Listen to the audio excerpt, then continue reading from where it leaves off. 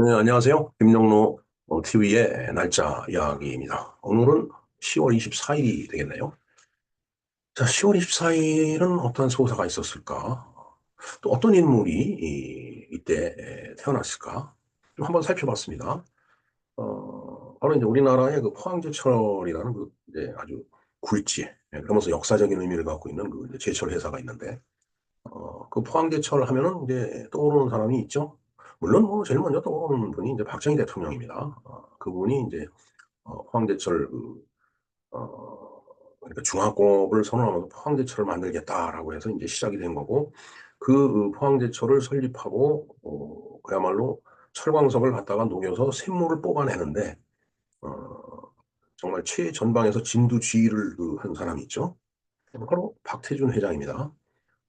뭐, 박태준 회장 하면은, 그, 박태준 회장의 이 얽힌 그 사연 뭐 여러 가지 말들이 많이 있죠. 뭐, 지금도 SNS에 보면 뭐 이렇게 떠돌아다니는 그런 이야기들이 많이 있는데, 글쎄요, 그 기록을 쭉 보다 보니까 뭐 그런 내용들이 대부분 사실이더라고요.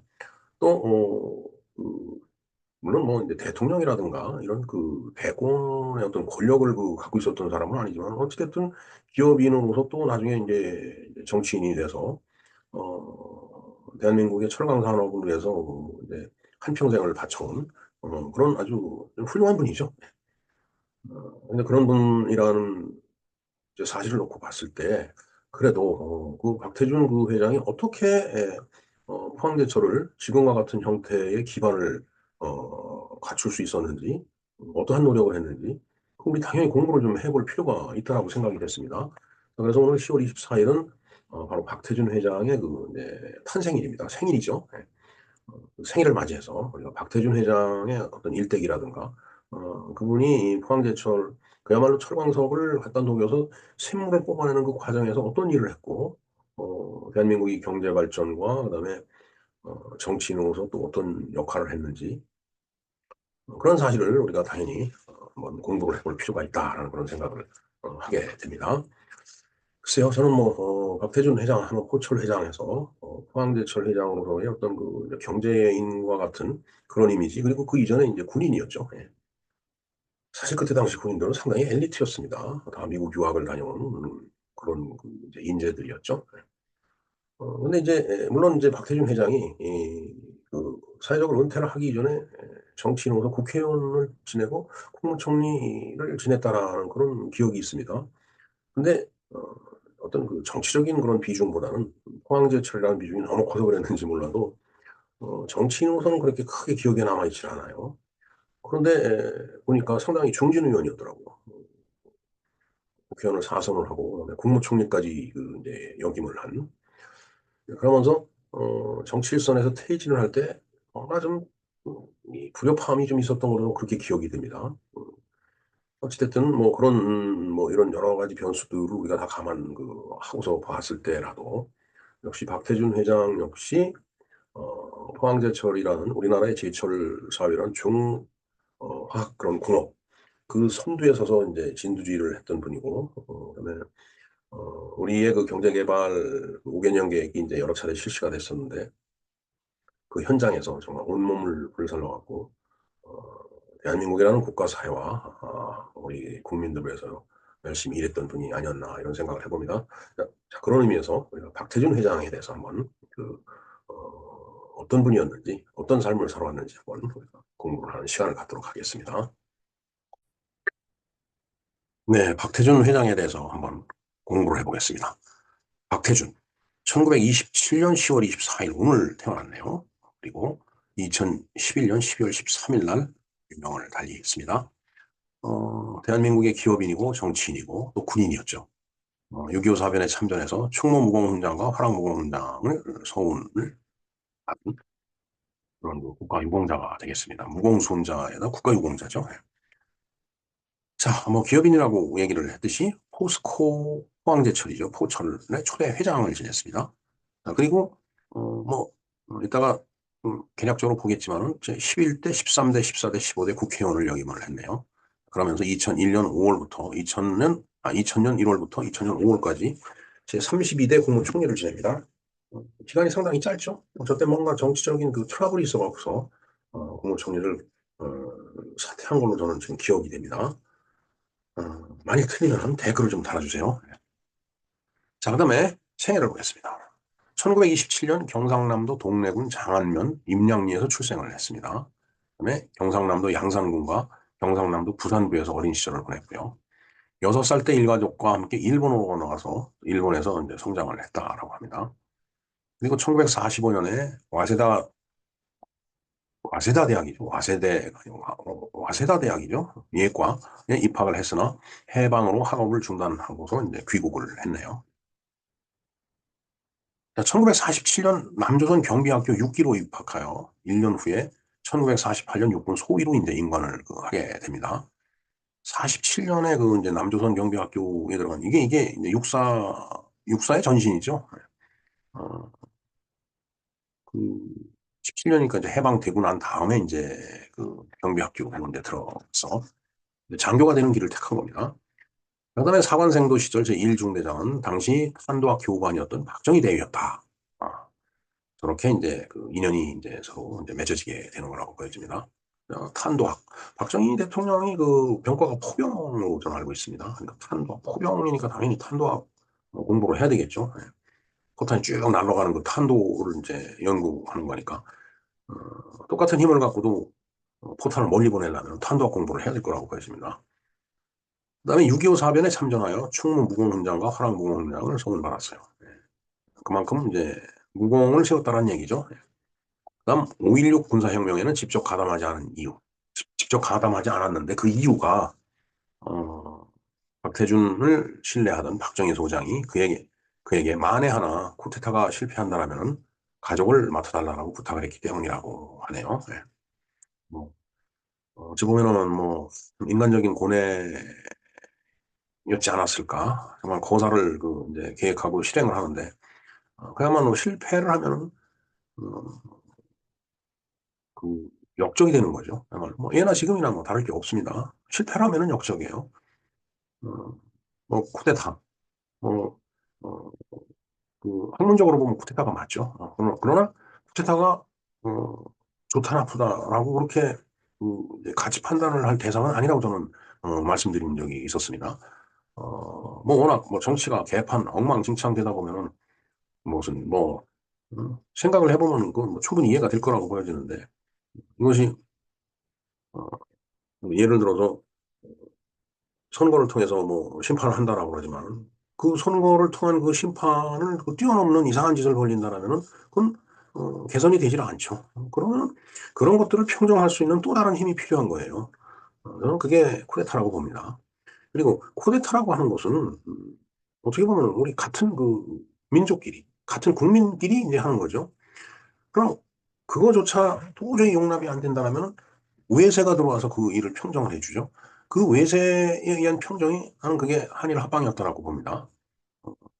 워낙 조선 말기 만국조선의 정치가 엉망진창이었기 때문에 뭐 고종의 밀서를 갖고서 헤이그 그에 파견된 그 밀사들이 가서 고종과 현 조정을 갖다 비판을 하고 그렇게 이야기를 할 정도로 그만큼 정치가 엉망이었던 거예요.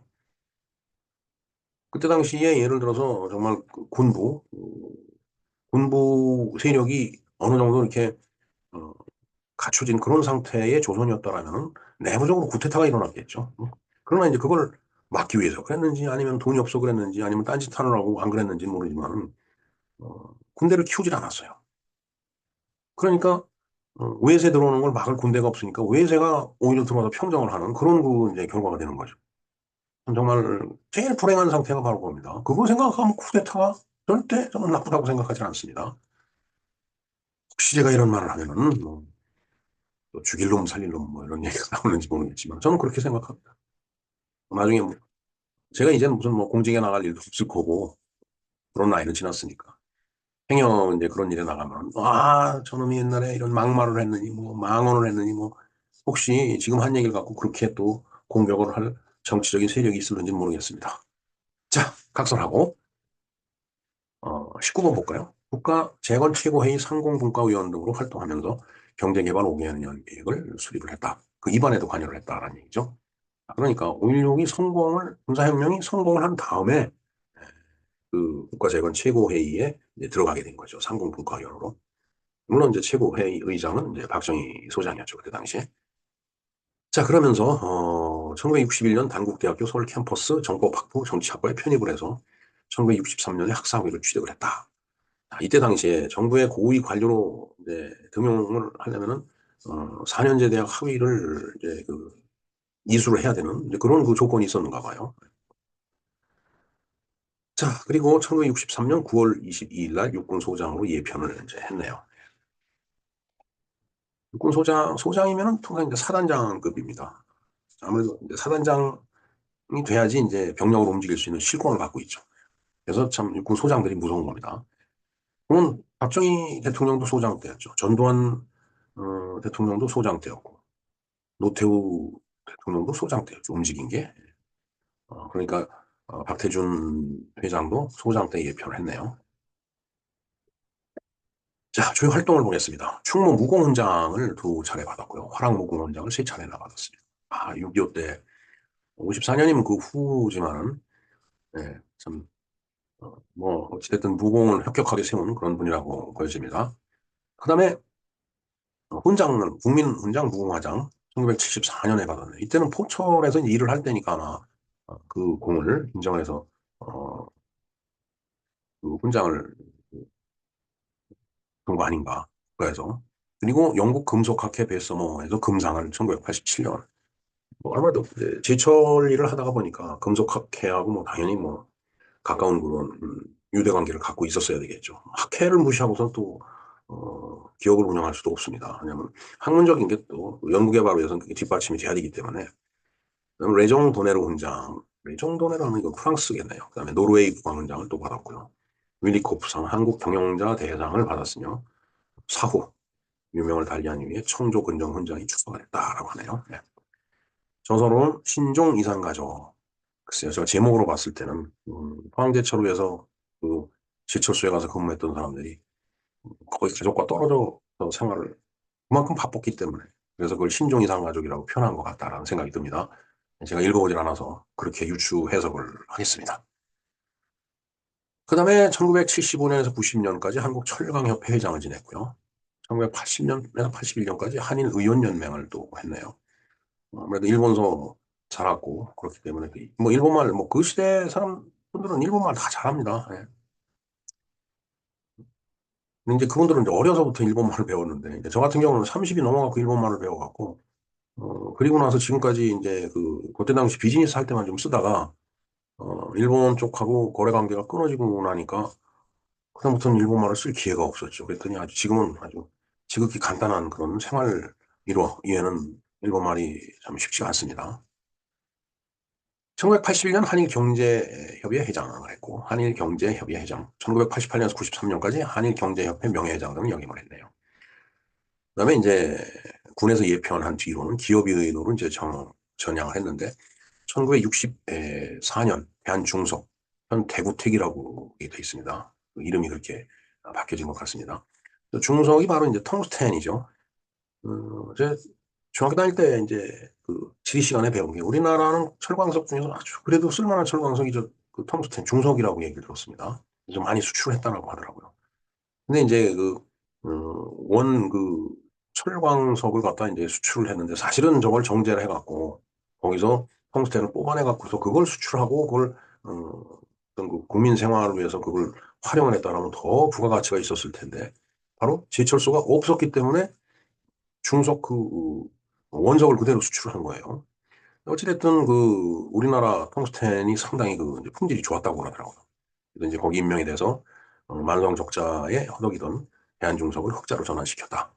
예, 이게 저도 기억을 해봤지만은 흑자 전환시키는 거 정말 어렵습니다. 그런 흑자 전환을 할 수 있는 능력이 있는 사람이 아주 진정한 경영이라고 봅니다. 저도 한때 적자를 계속 보다가 흑자 전환이 탁 되는데 그렇게 기분이 좋을 수가 없더라고요. 그러나 기업도 부침이 있죠. 언젠가 또 말씀드릴 기회가 있을 거라고 보고 자 1968년 4월 포항제철의 초대 사장이 돼서 10년 만에 철강을 연간 550만 톤 생산하는 세계 굴지의 기업으로 포항제철을 키워냈다. 이거 굉장히 중요한 거죠. 네. 1980년 국가보위입법회의 경제 제1위원장으로 취임한 것을 계기로 정계에 입문합니다. 이때는 바로 이제 박정희 대통령이 이제 그 김재규 총탄에 이제 서거를 하시고 1980년에 이제 그 이제 과도 정부죠. 최규하 정부가 이렇게 들어서면서부터 뭔가 그 행정이 제대로 돌아가지는 않으니까 국부위라는 것이 이제 탄생을 하지 않았나 이런 생각을 해봅니다. 그럼 물론 여기에 대해서 생각이 다른 분들 많이 있을 거예요. 그분들 나름대로 또 연구 검토하고서 자신들의 논리를 주장을 하겠죠. 예. 어찌됐든 저는 그렇게 봅니다. 저 당시는 저도 이제 군인이었었기 때문에 그 시대 상황을 그대로 눈으로 다 보고서 제대를 했죠. 1981년 제11대 국회의원 당선이 돼서 국회 재무위원장이 됐네요. 예, 민정당으로 나와서 전국구로 당선이 됩니다. 전국구라는 게 지금은 없어졌지만 지금의 비례대표가 바로 전국구죠. 예.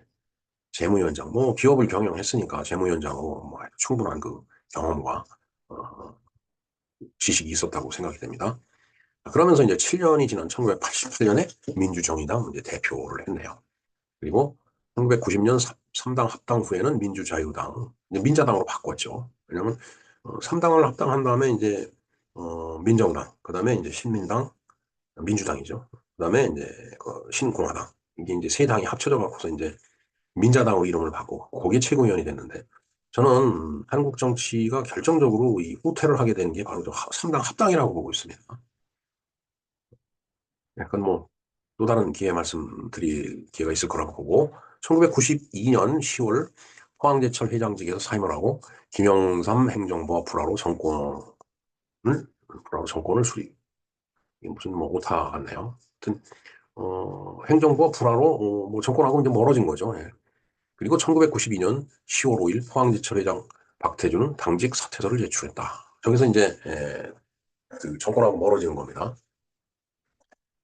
이제 제가 3당 합당이 문제가 있었다라는 게 이제 그거죠. 바로 민정당은 그야말로 좀 보수 우익 계열의 그 정치 결사체였었죠. 그리고 공화당 김종대 총재가 이끌던 신공화당도 원래 원료를 보면은 그냥 우익 정당이었어요.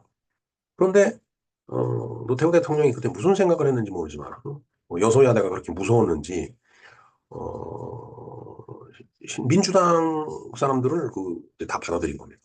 바로 이제 김영삼 그때 당시 추공제가 그 수하에 있는 국회의원들을 데리고서 이제 삼당을 합당을 하게 된 거죠. 그리고 나서 당권을 김영삼 그때 당시 총재가 이제 쥐게 되죠.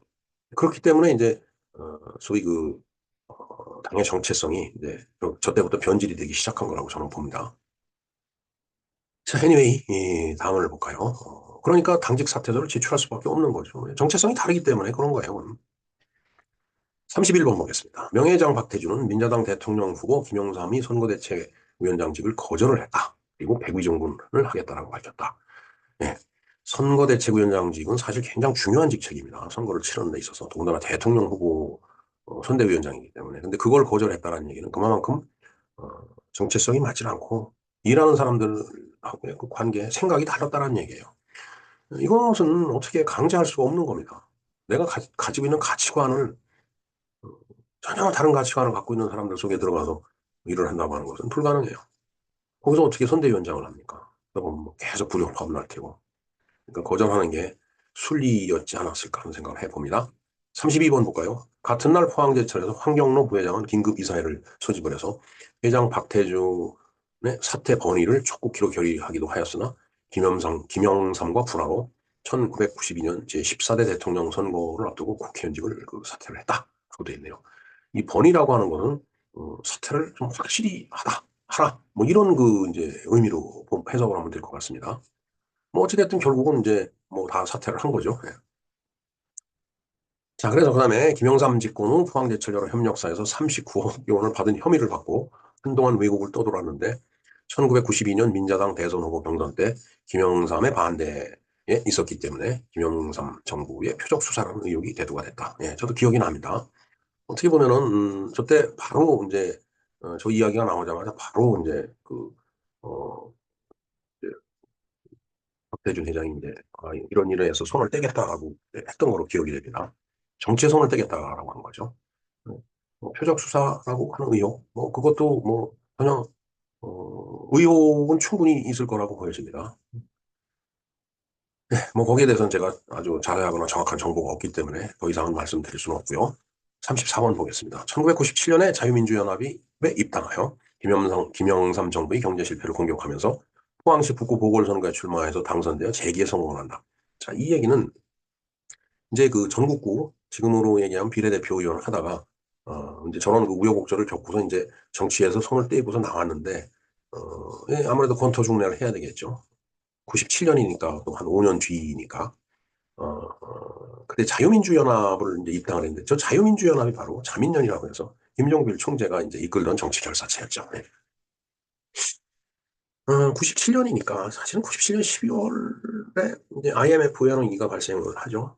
정말 참 저도 IMF를 생각하면 정말 어떤 때는 눈물이 날 때가 있습니다. 하도 그때 애를 먹어갖고 언젠가 그런 말씀을 또 드릴 때가 이제 올 거라고 보고. 네. 하여튼 그러다 보니까 경제 실패를 공격을 하게 되겠죠. 그래서 이제 지역구로 이제 출마해서 당선이 되는 보궐선거지만은 국회의원이 다시 되면서 재기에 성공을 하는 거죠. 그러면서 1997년 자유민주연합 총재가 되었고 DJP 연합이 제15대 대통령 선거에 당선을 이제 지원한다라고 되어 있는.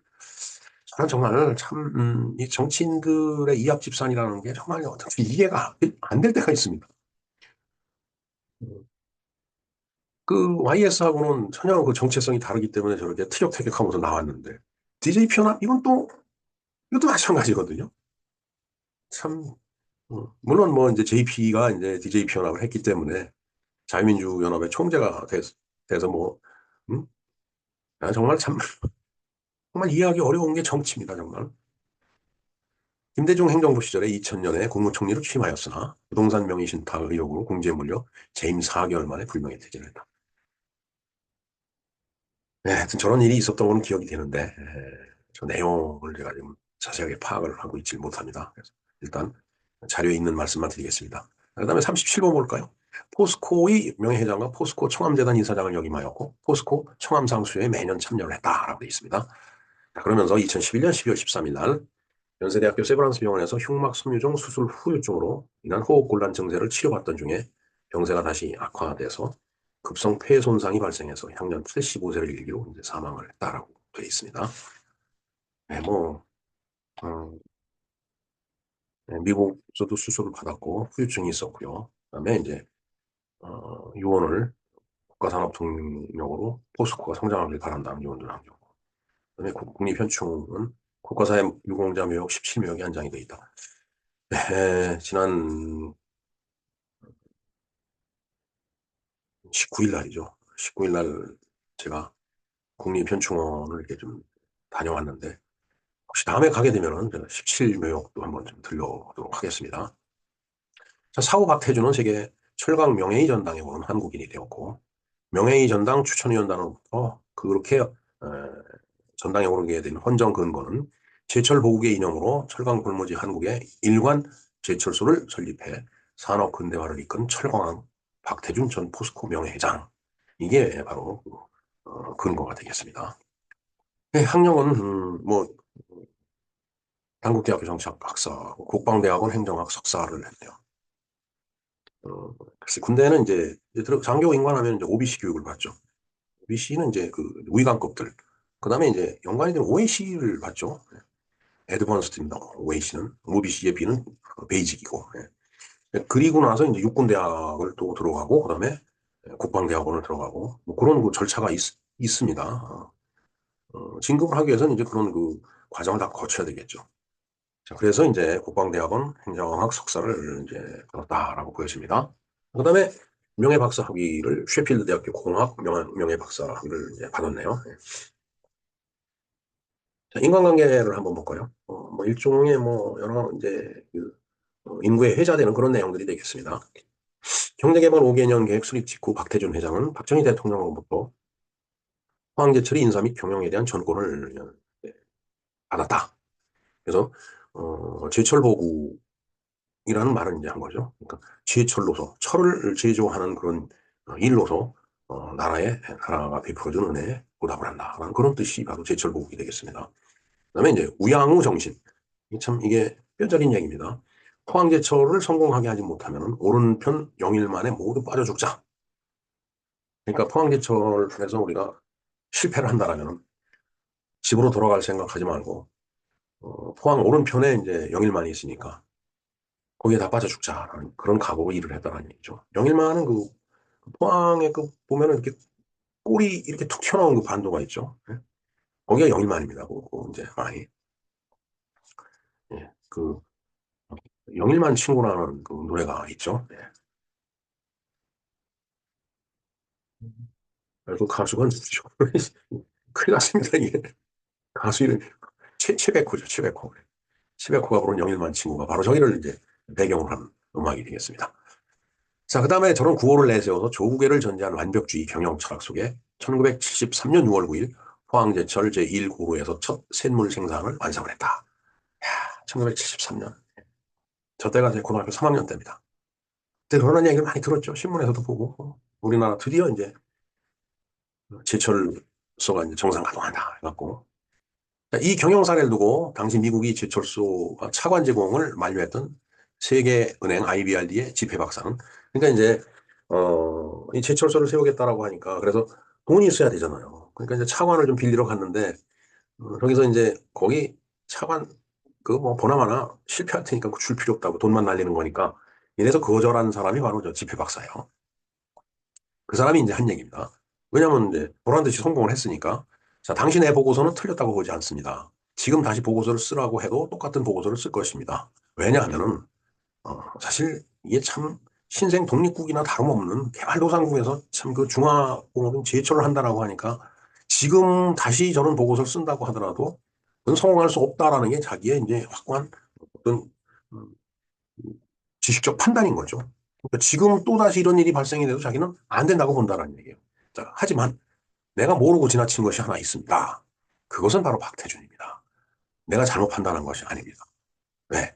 그 불가능에 가까운 그런 상황에서 거기에 박태준이라는 사람이 있었기 때문에 포항제철이 기적을 일으킨 거다.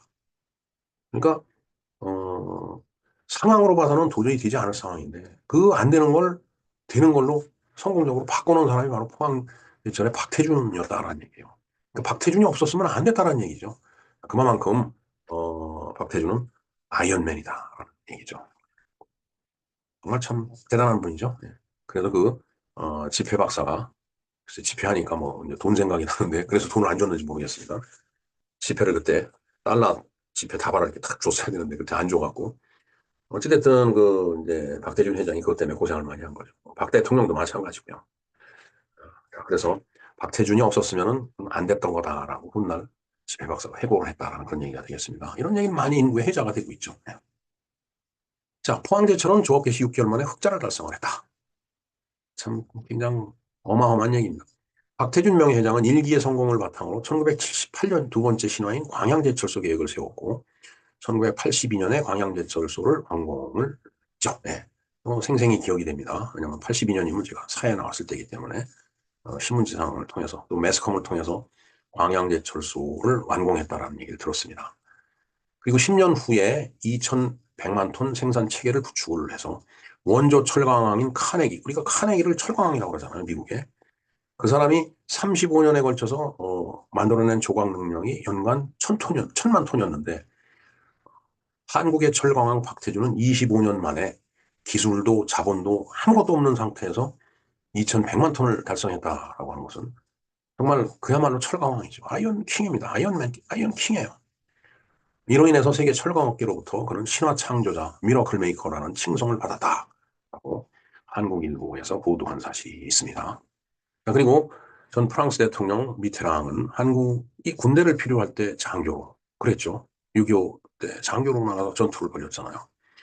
그렇게 투신을 했고 또 기업인이 필요할 때는 기업인이 돼갖고 투신을 했고 그다음에 미래 비전이 필요할 때는 정신이 돼서 대한민국 정치를 이끌었다. 그래서 박태준에게는 한국에 봉사하는 것이 그의 지상 명령이었다. 어떻게 보면 하늘이 내려준 명령이었어요. 그렇게 미테랑 대통령은 평가를 했다. 그다음에 이제 일본의 나카소네 수상이 있죠. 박태준은 냉철한 판단력과 부동의 신념, 정의감으로 한일 양국의 협력을 성공적으로 이끌었다. 뭐 한일의원연맹을 했지만은 뭐 일본의 협력이 없었으면 또 사실은 포항제철도 성공하기가 쉽지 않았을 거라고 보여집니다. 자, 1화로서 55번입니다. 1978년 8월 중국 최고 실력자 등소평이 덩샤오핑이죠. 중국을 개혁 개방으로 이끌어갔고 오늘날의 중국을 만들어낸 그 등소평이죠. 일본 기미스 제철소에 가서 제철소를 쫙 둘러본 다음에 이나야마 요시히로 그 당시 신일본 제철 회장에게 내가 80년대, 70년대 말 80년대 그때는 막 신일철이라고 그랬습니다. 줄여서. 그게 신일본 제철이에요. 제가 일본 출장 갈 때 보면은 그 일본 현지 신문에서 뭐 신일철 이런 표현을 많이 봤던 것 같습니다. 그 신일본 제철을 보면서 중국에 이런 제철소를 지어줄 수 있느냐라고 물었지만은 요시히로 회장이 불가능하다라고 대답을 했다라고 합니다. 그래서 덩샤오핑, 등소평이 왜 그러냐라고 이유를 물으니까 어, 어, 이나야마 요시히로 회장이 중국에는 박태준이 없지 않느냐. 그 데모로타 그 일화가 아주 유명한 일화로 남아있죠. 이거는 뭐 지금도 SNS에 인구에 회자되는 그런 유명한 일화가 되겠습니다. 삼성 선대 회장 이병철 회장은 박태준을 두고 군인의 기와 기업인의 혼을 가진 사람이다라는 말을 합니다. 현재 그 삼성 이재용 회장은 부회장 당시에 스티브 잡스가 정보기술업계에 미친 영향보다 회장 박태준이 대한민국 산업과 사회에 남기신 좋은 공적이 몇 배나 더 크다라고 이렇게 칭송을 했다라고 합니다. 그만큼 박태준 회장이 온몸을 불살라서 바친 이 대한민국에 정말 그 지울 수 없는 그런 어떤 그 흔적, 그런 업적을 남긴 그런 군인이자 기업인이자 정치인이었다라고 이렇게 말씀드릴 수 있을 것 같습니다. 또 수많은 어록이 있다라고 하네요. 짧은 인생 영원 조국에. 사실 조국이란 말 안 쓰기로 했는데 뭐 어록을 그렇게 남겼으니까 조국이라고 읽어야 되겠습니다. 뭐 한자 틀리죠 당연히. 절대적 절망은 없다. 사심 없이 헌신하라. 무한 경쟁 시대일수록 필요하다. 사심을 가지면 안 된다는 얘기죠. 자원은 유한하지만 창의는 무한하다. 조상이 혈세로 지은 제철수다. 실패하면 우양우에서 영일 만에 빠져 죽자. 제철복을 우리 인생의 신조로 삼자. 신뢰를 얻으면 무엇이든지 얻을 수 있다. 항상 애국심을 갖고 일해달라. 창업일에 지금까지 제철보국이라는 생각을 잠시도 잊은 적이 없습니다. 철은 산업의 쌀입니다. 그렇죠? 철이 없으면 될 수 있는 게 아무것도 없어요. 도로도 못 건설하죠. 차도 못 만들죠. 집도 못 짓죠. 그만큼 우리가 매일 먹는 쌀, 그거와 똑같은 역할을 하는 게 산업에 있어 똑같은 역할을 하는 게 바로 철이다라는 얘기죠. 쌀이 생명과 성장이 근원인데 철은 모든 산업의 기초 소재입니다. 따라서 양질의 철을 값싸게 대량으로 생산하여 국부를 증대시키고 국민 생활을 윤택하게 하며 복지사회 건설에 이바지하는 것이 곧 제철 보국입니다. 우리는 국민과 인류에 복락을 줄 수 있는 제철 산업에 종사하고 있다는 것을 무한한 영광으로 생각해야 합니다. 국가의 부름을 받고 영일 만에 모였을 때 우리는 아무것도 없는 빈손이었습니다. 그러나 국가의 핵심 기관 산업인 철강 산업을 일으켜보자는 비장한 각오로 모든 조소와 부정적 논리를 뒤로하고 건설에 박차를 가했던 것입니다. 이것은 어떻게 하든지 우리 손으로 국가 경제를 일으켜보려는 철저한 공인의식이 작용했기 때문입니다. 우리는 단순한 고용인이 아닙니다. 포스코인이 되는 순간부터 우리는 국민에게 봉사해야 하는 공인이 될 것입니다. 국가로부터 일관 제철 사업의 소임을 부여받은 우리는 멸사공공의 희생정신을 발휘하여 국민의 여망에 보답해야 할 것입니다. 개발도상국이 일관 제철소를 성공적으로 건설 운영하는 것은 결코 어디에서나 가능한 일이 아닙니다. 개인의 희생에 바탕을 둔 헌신적인 노력이 있어야 가능할 것입니다. 더욱이 우리 회사는 대일 청구권 자금을 전용하여 건설한 민족기업입니다. 자, 여기서 일본이 협조를 해줬다는 얘기예요. 일본이 많은 기술적인 조언을 해줬습니다. 사실 대일 청구권 자금이 일본이 그 용도를 명시를 하고 있었어요. 근데 이런 데 쓸 수 없는 그 명도인데, 어, 그야말로 아까 그 집회 그 박사가 돈을 못 준다라고 해갖고 빈 털터리로 돌아왔을 때 생각해낸 게 바로 저 대일 청구권 자금이라는 말 있잖아요. 어, 그 청구권 자금의 용도를 전용시켜준 것은 또 일본이다라는 얘기죠. 자, 우리가 이 땅에 태어난 것 자체가 큰 인연입니다. 따라서 우리가 속해 있는 국가와 민족에게 의무감을 갖는 것은 당연한 일입니다. 예, 맞는 말이죠. 이 땅에 태어났으면 이 땅을 사랑하는 법을 배우고 이 땅을 사랑해야 된다. 그런 얘기예요. 뭐 이념이 다르다라고 해갖고 다른 이념 갖고 이 나라를 미워해서는 안 되는 겁니다.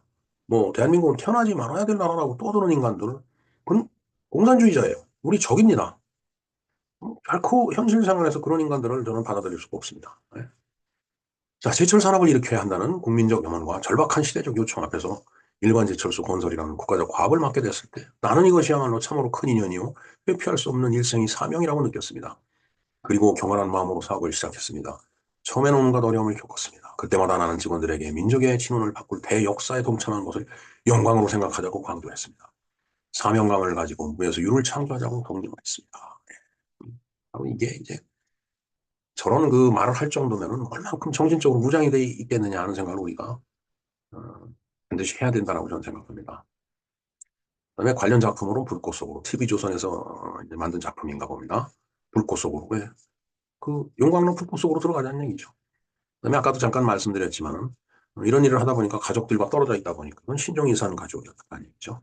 그리고 아까 쭉 한번 쭉 말씀을 드렸지만 뭐 이 서운도 엄청 많이 받았어요. 뭐 훈장 뭐 다른 외국으로부터 많이 그 받았습니다. 보면 오스트리아, 페루, 브라질, 독일, 영국, 브라질, 페루, 칠레, 오스트리아.